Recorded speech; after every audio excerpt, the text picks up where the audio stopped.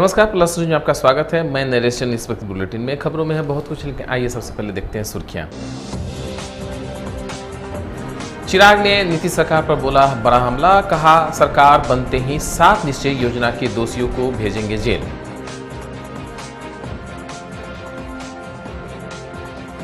सुशील मोदी ने कह दिया साफ साफ, पीएम मोदी की तस्वीर का इस्तेमाल सिर्फ एनडीए करेगा। एनडीए में शामिल हुए सन ऑफ मल्लाह, बीजेपी अपने कोटे से देगी मुकेश सहनी को सीटें। और कांग्रेस ने जारी की प्रत्याशियों की पहली लिस्ट।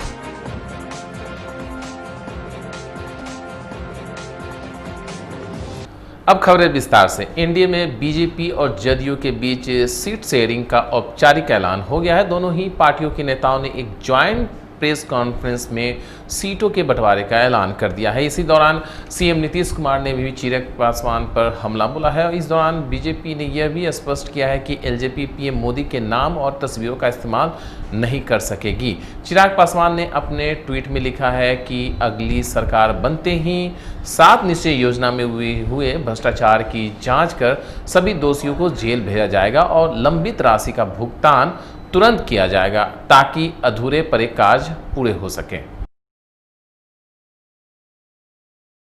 बिहार के डिप्टी सीएम ने साफ साफ कह दिया है कि चुनाव के दौरान पर एनडीए ही पीएम मोदी की तस्वीर का इस्तेमाल करेगी। दूसरे किसी भी पार्टी को ये अधिकार प्राप्त नहीं होगा। दरअसल वे चिराग पासवान के पीएम मोदी पर दिए गए बयानों के बाद बीजेपी के स्टैंड को क्लियर कर रहे थे।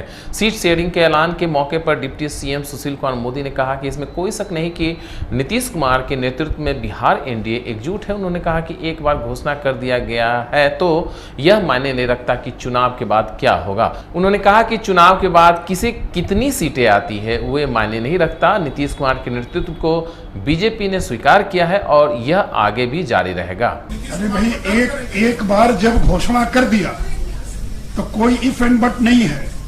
जितनी भी सीटें जिसको आए, नीतीश कुमार जी को 2 लगातार हमारे मुख्यमंत्री हैं, जब हम साथ में रहे हैं, आज भी मुख्यमंत्री हैं और आगे भी बिहार के इस गठबंधन के वही उम्मीदवार हैं और वही मुख्यमंत्री रहेंगे। इसमें संख्या किसको क्या आई नहीं आई, क्या हुई, इसका कोई संबंध नहीं है। मैं मीडिया से भी आग्रह करूंगा कि अनावश्यक विषयों को जो उछालने का प्रयास किया जा रहा है उसमें किसी को सफलता नहीं मिलेगी। जैसा अटूट गठबंधन है, इसलिए हम लोग मिलकर चुनाव लड़ रहे हैं। और पोस्ट पोल भी जब मुख्यमंत्री का उम्मीदवार घोषित किया, ये थोड़ी कहा कि हमको ज्यादा आएगा कम आएगा तो कौन बनेगा। ये तो स्पष्ट है कि जो भी जिसको भी जितनी सीटें आएंगी मुख्यमंत्री नीतीश कुमार होंगे। इसमें कोई इफ एंड बट नहीं है, कहीं कोई कंफ्यूजन नहीं है। बोलिए, हाँ बोलिए। नहीं आप बोलिए, नहीं आप बोलिए। 10 लाख राजद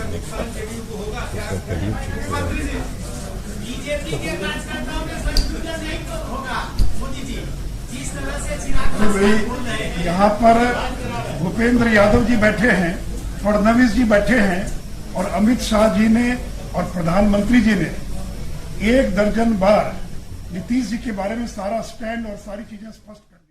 उधर son of Mallah VIP supremo Mukesh Sahani अब एनडीए में शामिल हो गए हैं। एनडीए की संयुक्त पीसी में यह ऐलान कर दिया गया है। खुद सीएम नीतीश कुमार ने इसका ऐलान किया है। मुख्यमंत्री नीतीश कुमार से एनडीए में सीट शेयरिंग का ऐलान कर दिया है। जदयू को 122 सीटें, भाजपा को 121 सीट मिली है। उन्होंने कहा कि हम अपने कोटे से जितना मांझी की हमको सीटें देंगे, वहीं भाजपा अपने कोटे से मुकेश सहनी की वीआईपी को सीटें देगी। बताया जा रहा है कि 9 सीटें विकासशील इंसान पार्टी को दी गई है।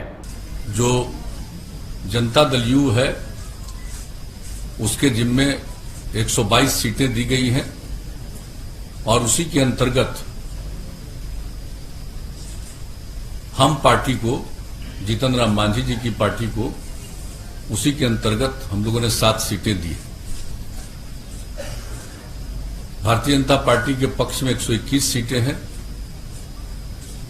और उसी के अंतर्गत इन लोगों की बातचीत जो इन्होंने बताया कि अंतिम चरण है विकासशील इंसान पार्टी के साथ, उसी के अंतर्गत उनको सीटें देंगे। और जहां तक दोनों के बीच में कंस्टिट्यूएंसी का सवाल है, कौन कौन विधानसभा क्षेत्र किनके जिम्मे है, उसका भी निर्णय हो चुका है। और मैं समझता हूं कि आज वो 122 और 121 तो है, तो बता दें लोगों को, या ऐसे ही आप रिलीज कर दीजिए, रिलीज कर दिया जाएगा ये पूरे तौर पर कि इनके जिम्मे कौन सी सीट है। हम लोग मिलकर काम कर रहे हैं और बिहार के विकास के लिए जो भी काम है वो किया गया है, और इसके बाद भी आगे मिलजुल कर हम लोग काम करेंगे।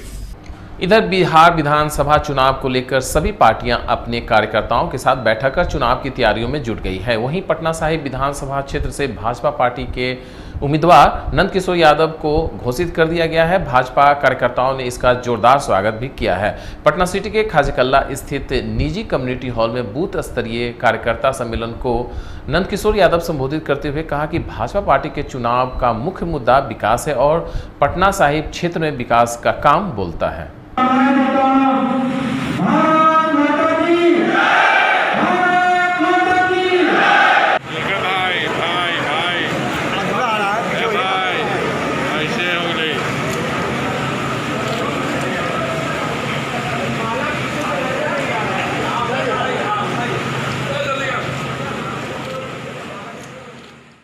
बिहार में होने वाले चुनाव से पहले सियासी दल बदल का खेल लगातार जारी है। बुधवार को भाजपा का बड़ा झटका भी लगा है जब पालीगंज की पूर्व विधायक और महिला नेत्री उषा विद्यार्थी ने चिराग पासवान की अगुवाई वाली लोक जनशक्ति पार्टी का हाथ थाम लिया। चिराग पासवान और उषा विद्यार्थी की मुलाकात की एक तस्वीर मीडिया में सामने आई है, जिसके बाद यह कयास लगाए जा रहे हैं कि उषा विद्यार्थी पालीगंज सीट से लोकसभा जिसके बाद यह कयास लगाए जा रहे हैं कि उषा विद्यार्थी पालीगंज सीट से लोजपा के टिकट पर चुनाव लड़ेगी। दरअसल इस बार यह सीट जदयू के खाते में चली गई है, जिसने जयवर्धन यादव को यहां से अपना उम्मीदवार घोषित किया है। बिहार में होने वाले विधानसभा चुनाव के लिए महागठबंधन में शामिल कांग्रेस ने पहले चरण के सभी 21 उम्मीदवारों के नाम फाइनल करते हुए सिंबल बांट दिए हैं। पार्टी ने मंगलवार की देर रात तक राज्य की अलग अलग सीटों के लिए प्रत्याशियों को सिंबल दिया है। इस बार के चुनाव में पार्टी ने अपने सभी सिटिंग विधायकों को टिकट बरकरार रखा है। इसमें से अधिकांश को सिंबल भी दे दिया गया है। पार्टी के जो चर्चित चेहरे सिंबल पाने में सफल हैं, उनमें बक्सर के विधायक मुन्ना तिवारी और विक्रम के विधायक सिद्धार्थ भी शामिल हैं। विधानसभा का टिकट गंवाने वाले आरा से राजद विधायक नवाज आलम उर्फ अनवर आलम को दिल का दौरा पड़ा है। वह मंगलवार को एक कार्यक्रम को संबोधित कर रहे थे, तभी उनकी तबीयत अचानक खराब हो गई और वो कार्यक्रम स्थल पर ही गिर पड़े। इसके बाद उन्हें आनंद फानंद में पटना के एक निजी अस्पताल में भर्ती कराया गया। महागठबंधन में सीट बंटवारे के बाद यह सीट अब वाम दल को चली गई है। इस सीट से माले के कमरुद्दीन अंसारी चुनावी मैदान में है, जो भाजपा उम्मीदवार के खिलाफ ताल ठोकेंगे। पिछली बार के चुनाव में राजद के उम्मीदवार अनवर आलम ने भाजपा प्रत्याशी अमरेंद्र प्रताप सिंह को हराया था।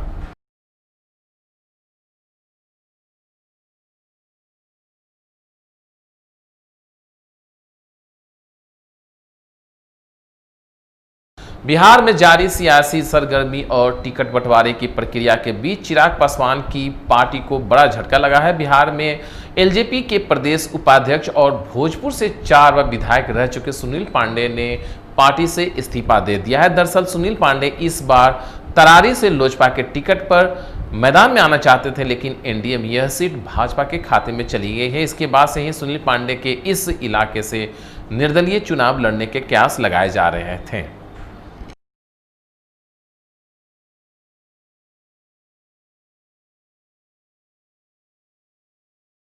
पटना के आई विजिलेंस की टीम ने डीआरडीए के बड़ा बाबू ध्रुव तिवारी को 25,000 रुपया रिश्वत लेते रंगे हाथ गिरफ्तार किया है। गिरफ्तार ध्रुव तिवारी विगत 30 को रिटायर हुए थे और रिटायरमेंट के बाद भी उन्होंने ऑफिस आना नहीं छोड़ा था।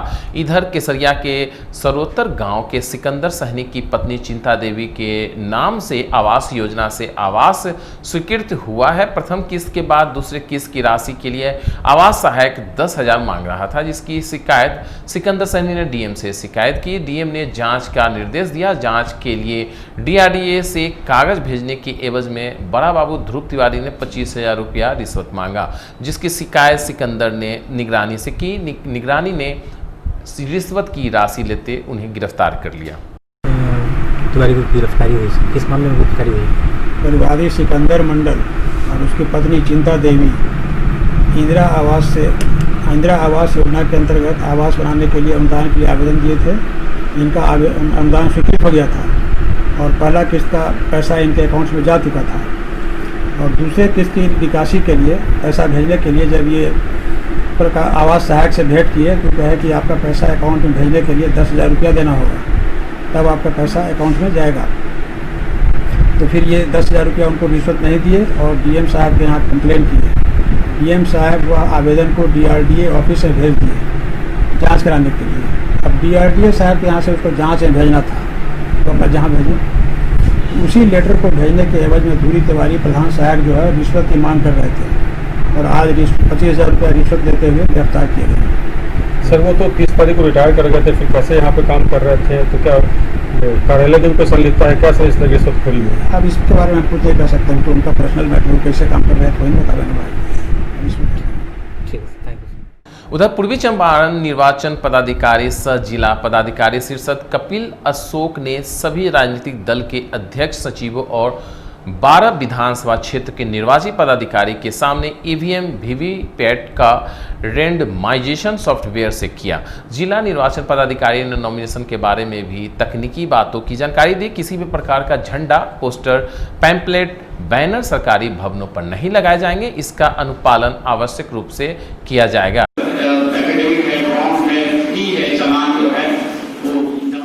एवं सारे आरओज के साथ जो है ईवीएम के फर्स्ट रैंडमाइजेशन की प्रक्रिया पूरी की गई है पूर्वी चंपारण में, जहाँ पे 12 असेंबली कॉन्स्टिट्यूंसीज जो है मौजूद है।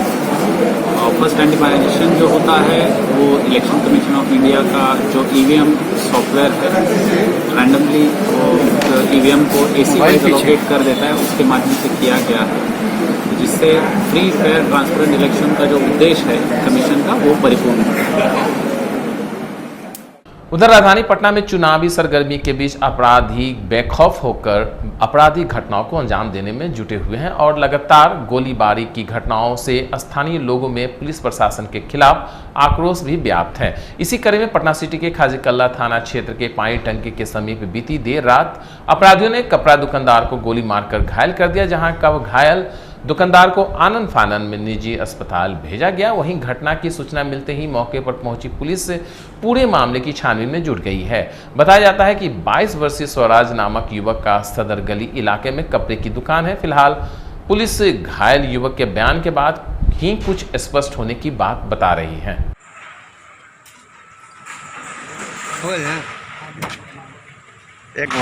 हमसे पूछ रहे हैं, हम थे घर, ये हमारे बउआ है, दुकान से जा रहे थे घर जा रहे थे बस। अरे राज, क्या नाम हुआ आपका? हमारा नाम धर्मपाल। कहाँ के रहने वाले हैं? पानी टंकी के।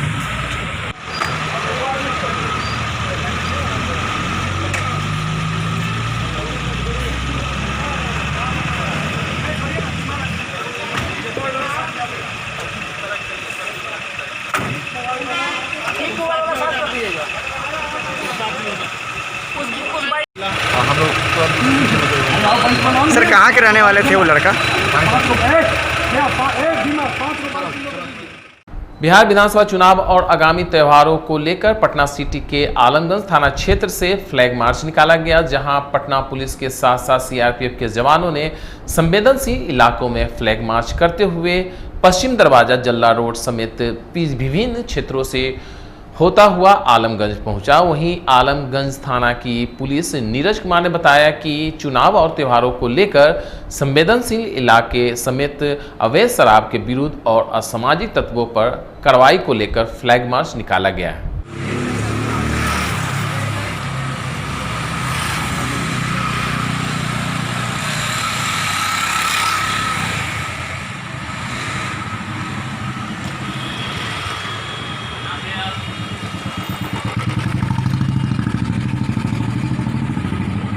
थाना चुनाव को लेके अग्रिम कार्रवाई के हेतु है। ये आलमगंज थाना से पश्चिम दरवाज़ा होते हुए जला रोड होते हुए घनश्यामगंज होते हुए थाना की ओर जाएगा। ये असामाजिक तत्वों के विरुद्ध, शराब के विरुद्ध सर्वमारी और फ्लैग मार्च है, ताकि आगामी विधानसभा चुनाव एवं पर्व त्यौहार को देखते कार्रवाई की जा रही है। सर किस क्षेत्र से कितने फोर्स हैं आपके पास में? तो सीआरपीएफ के बटालियन एक हुए, एक बाकी हम लोग राकेश कुमार रखे हुए आलमगंज थाना से। आप अपना परिचय दीजिए। हाँ, आप अपना परिचय दे दीजिए sir. Neeraj Kumar, additional SHO Alamganj थाना।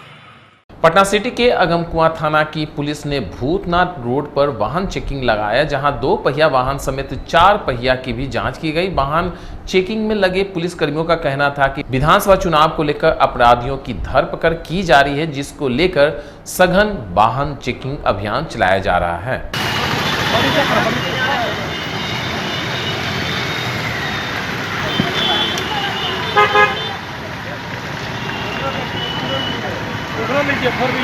हाँ वो ले रहे हैं, वो ले लिए वहाँ, वो लोग का ले लिए हैं।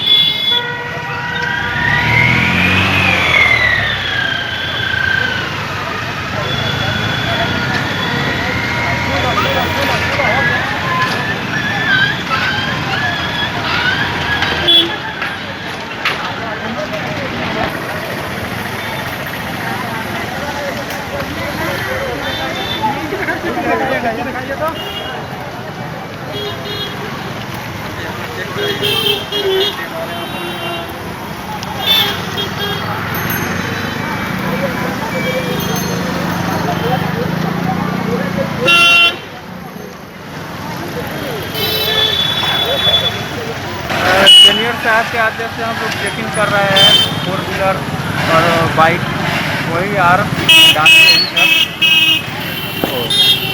लगातार सघन अभियान सघन चेकिंग चल रहा है। हर चौराहा पर आधा घंटा कर रहे हैं चेकिंग। क्या नाम हुआ?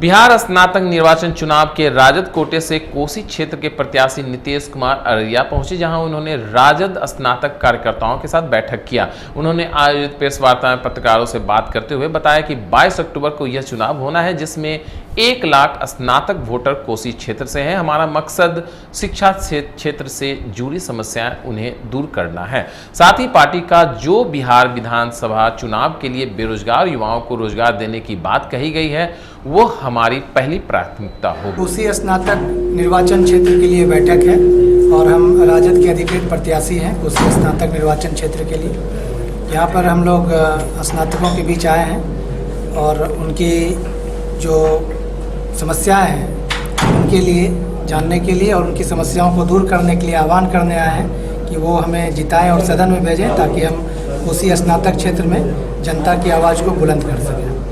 कौन कौन से मुद्दे हैं अगर आप जीतते हैं तो वहाँ पर उठाएंगे आप? देखिए, सबसे बहुत अहम मुद्दा है जो पूरे बिहार में जो शिक्षक हैं, जो कि स्नातक मतदाता होते हैं और शिक्षक में भी मतदाता होते हैं, उनको समान काम का समान वेतन लागू कराना, ये बहुत अहम मुद्दा है।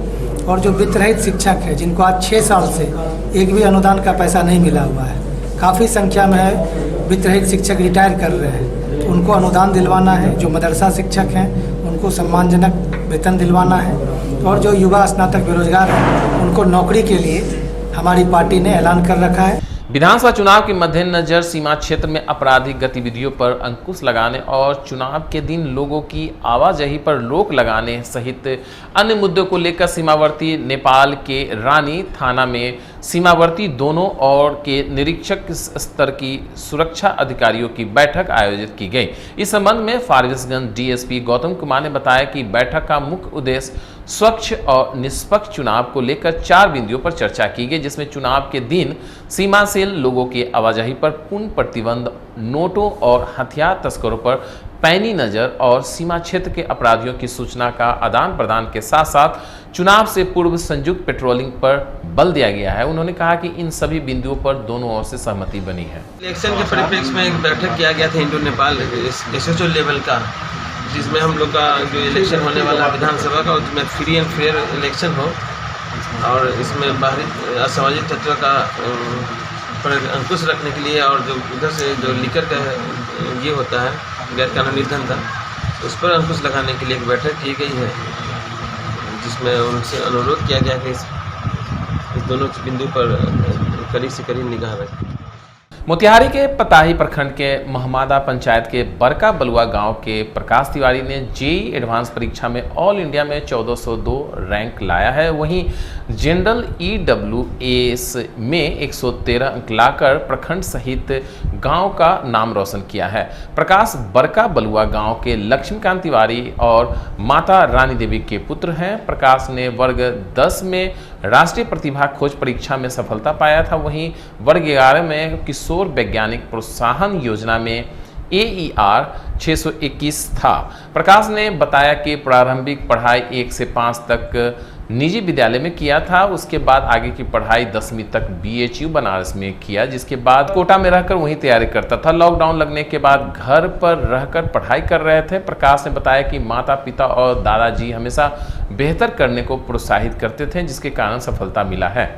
जेईई एडवांस का परीक्षा में अव्वल आए हैं, क्या कहे कितनी खुशी है आप में? खुशी तो आदमी को होता ही है, जब कोई भी बड़ा एग्जाम में अच्छे अंक से जब पास होता है तो बच्चों को भी खुशी होता है, जो माता पिता उनको भी होता है, जो अच्छे लोग हैं, जो हमारे बारे में अच्छे बारे में सोचते हैं उनको भी होती है, तो खुशी तो लाजमी है, इसमें तो कोई बड़ी बात नहीं है। आज के बुलेटिन बस इतना ही। मुझे मेरी टीम को दी इजाजत। नमस्कार।